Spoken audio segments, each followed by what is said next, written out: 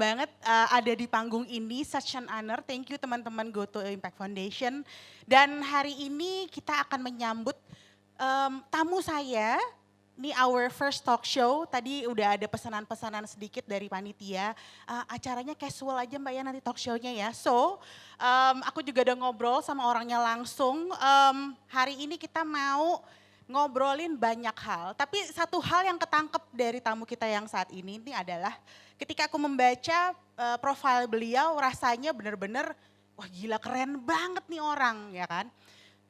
All the success story, bagaimana dampaknya beliau untuk masyarakat daerah sekitarnya, itu benar-benar ketika membaca rasanya, aduh apalah aku dibandingkan dengan beliau, aku hanya remah-remah rengginang.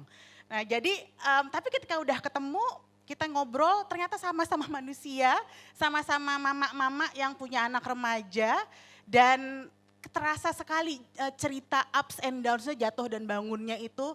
Dan kita akan eksplor lebih lanjut hari ini.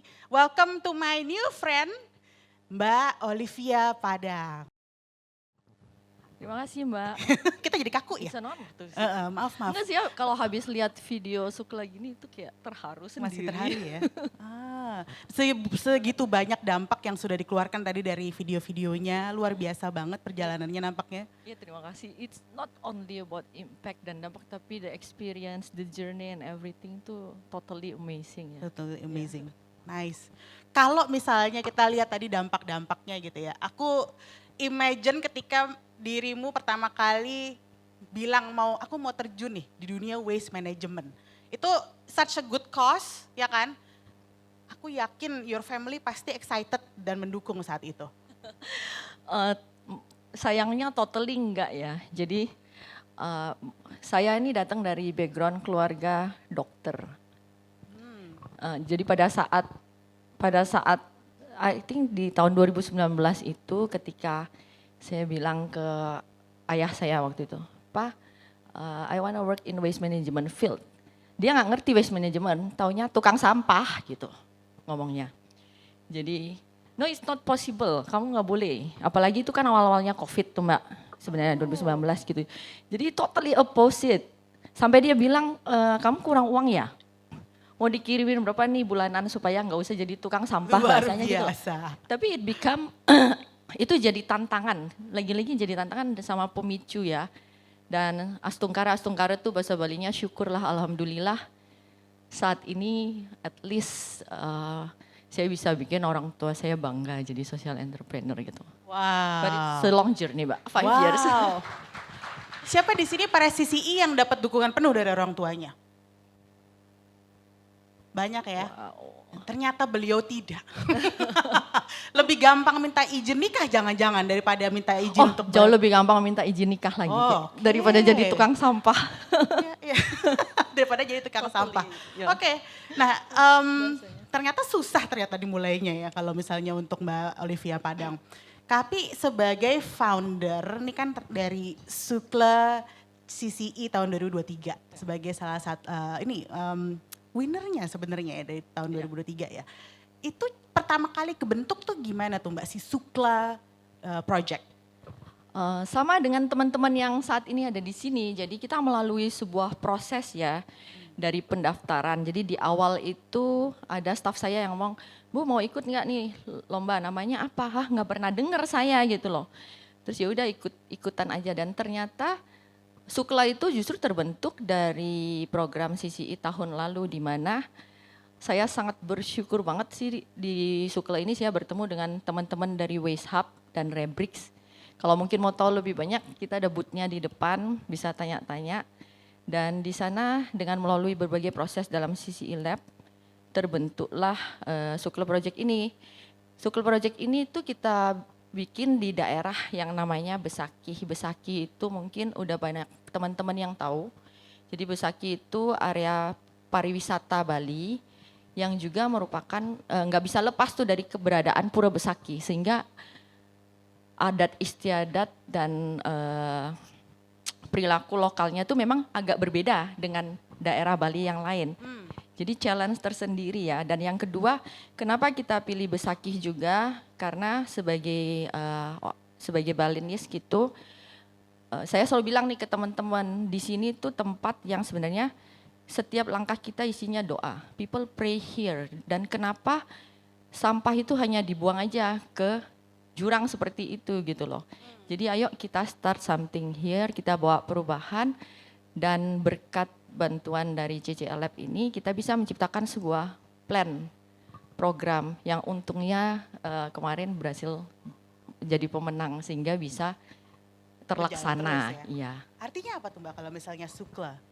Sukle itu artinya suci sebenarnya. Jadi Oh. karena Besaki itu tempat suci dan seharusnya kita mau kayak menyucikan lah, lebih menyucikan tempat itu dengan membantu pengelolaan sampah di sana yang masih sama sekali belum ada kemarin. I see. Jadi nama memang doa ya. Jadi sukle ternyata dari kata bersih, cleansing gitu ya Mbak ya. Niatnya memang mau membersihkan tempat tersebut. Ya betul sekali Mbak Dita. Cakep. Nah kalau misalnya kita, tadi kan kita udah sempat ngobrolin dampak dari ikut CCI 2023. Ini teman-teman CCI sekarang semuanya nih kita berdua dapat brief sebenarnya. Gimana supaya teman-teman ini nggak nervous dan semangat. Apalagi nanti mau present, bener nggak? Ya kan? Nah jadi kita mau tarik sedikit ke journey-nya Mbak Olivia. Caranya untuk memaksimalkan keberadaan para CCI ini di program ini. Kalau Mbak Olivia dulu gimana caranya? Jadi pertama ya, sebenarnya saya pun mungkin sama seperti teman-teman di sini. Saya ingat banget waktu masih duduk di sana tahun lalu. Pada saat orang ngomong di depan tuh isinya saya baca Q-card saya aja udah nggak dengerin nih. Bu Monica dapat ngomong panjang lebar, udah lihat handphone terus nanti mau presentasi apa, udah totally everything just gone. Tapi sebenarnya after I experience it in this year, saya bisa katakan di sini don't be nervous gitu loh, karena apa yang kalian sudah bawa dari program selama ini itu sebenarnya udah menjadi suatu produk ya. Suatu produk yang apapun hasilnya yang ada di sini itu kalian udah keluar dari pintu ini membawa sebuah produk yang kalian yakini gitu loh. You have to believe. Itu bukan tentang win or lose gitu loh. Tapi bagaimana kalian percaya, you have faith in what you've create selama proses ini. Dan jangan nyerah gitu loh. Tidak semata-mata produk itu terjual harus ada grant. Kita bisa memanfaatkan apa yang ada sekarang, apa sih yang bisa kita mulai dulu dari apa yang ada dan start it gitu loh. Karena pintu kolaborasi itu tidak hanya di ruangan ini. Di luar sana banyak banget pintu kolaborasi yang bisa terbuka as long as kalian memiliki sebuah produk dan produk itu udah terbentuk Mbak di CCI ini gitu loh. Oke, jadi dari segi produk ketika ikut CCI itu udah jadi gitu ya Mbak ya. Sama yang poin kedua yang tadi kita ngobrol aku suka tuh adalah poin akselerasi kata Mbak Olive. Iya, maksudnya gimana tuh akselerasi? Akselerasi itu jadi melalui program ini tuh saya merasa oke, I can do. Saya bisa melakukan hal ini sendiri sebagai Bali Recycle bukan sebagai konsorsium. Tapi mungkin akan membutuhkan waktu yang secara timeline itu lebih panjang. Jadi apa yang harusnya saya lakukan dalam 3 tahun 4 tahun tapi berkat ketemu teman-teman WISHAP, teman-teman Rebrix tuh kita bisa starting it in a year gitu loh. Jadi memulai sebuah proses. CCI ini sangat membantu. Orang bisa beride, they can talk about problem, they can talk about the result, but then kita perlu adanya dukungan dalam sebuah proses. Proses ini dan itu yang saya merasa sangat terakselerasi dari segi proses ya. Gitu. Kalau untuk exposure-nya sendiri gimana Mbak? Itu juga. Jadi at least separuh lah 50% dari apa yang seharusnya kita rencanakan membutuhkan waktu itu udah berjalan sendirinya. Contohnya kita udah punya bisnis model, kita udah punya bisnis plan, kita udah dapat exposure, kita dapat grantnya sehingga paling tidak pada saat kita memulai program ini tuh itu udah ngebut 50%-nya. Yes. Cuma tinggal di-link aja dengan local challenge-nya itu. Gimana menjalankan program ini dan mengadaptasikannya dengan kearifan-kearifan lokal itu aja. Challenge lokal tapi secara bentuk bisnis model and everything tuh udah benar-benar ke-accelerate maybe 50%. Wow, ya. Segitu besar impact-nya ya? Iya, cukup banyak. Makanya banyak yang ikut. Benar. Satu hal yang aku suka tadi ketika ngomongin produk, product that you believe, kata Mbak Olive. What happen kalau misalnya dari teman-teman CCI produknya kita udah believe gitu. Tapi gimana supaya yang di luar sana juga believe in our product? Itu difficult question ya. Karena Pagi-pagi udah it aku suruh depends mikir ya. on the Mohon maaf faith nih, Kak. ya. Itu balik lagi saya bilang. Menjadi social entrepreneur itu kita nggak bisa cuma omong sosial. We need to also talk about being an entrepreneur, which is business basic of business ya. Jadi literasi bisnis, manajemen organisasi dan semua itu kita juga harus punya. It's not only social, you need to understand the business and everything. And itu yang kalian pelajari sebenarnya dalam proses CCL Lab kemarin ya. Kenapa bisnis proses itu penting? Karena nggak semua orang mungkin akan percaya kita presentasi, ngomong itu gampang gitu loh. Tapi once you understand bisnis proses itu, bagaimana mempresentasikan apa yang kita yakini dengan baik itu menjadi jauh lebih mudah gitu. Dan yang kedua itu juga penting Mbak, karena selama 1 tahun ini menjalankan program CCE ini ya, begitu banyak challenge kayak banyak banget sih pelajarannya ya. Kalau buat kita sendiri konsorsium kami itu kita menyadari satu, wah timelinenya ternyata nggak segampang di atas kertas ya. Once we run it, datanglah nih challenge lokal yang harus kita adapt lagi into the program. Jadi kita nggak boleh program ini produk yang kalian dapat di sini juga jangan dikotakan. Once it's run, you have to think out of the box. Kalian harus menyesuaikan juga dengan apa yang terjadi gitu pada saat program itu berjalan. The challenge will be up and down, banyak sekali gitu. Tapi satu kata sih, jangan nyerah kalau orang nggak percaya itu. Itu kalau saya mah ngototan orangnya Mbak. Kebetulan ngototan ya. Iya. Ngototan dan we have to show them something lah. Makanya saya bilang jangan takut memulai. Kalau orang nggak percaya dan start it dengan apa yang saat ini memang bisa dimulai. Mungkin belum sebesar atau sebaik apa yang direncanakan, tapi at least you have to start, someone have to start gitu loh. Nice, thank you Kak.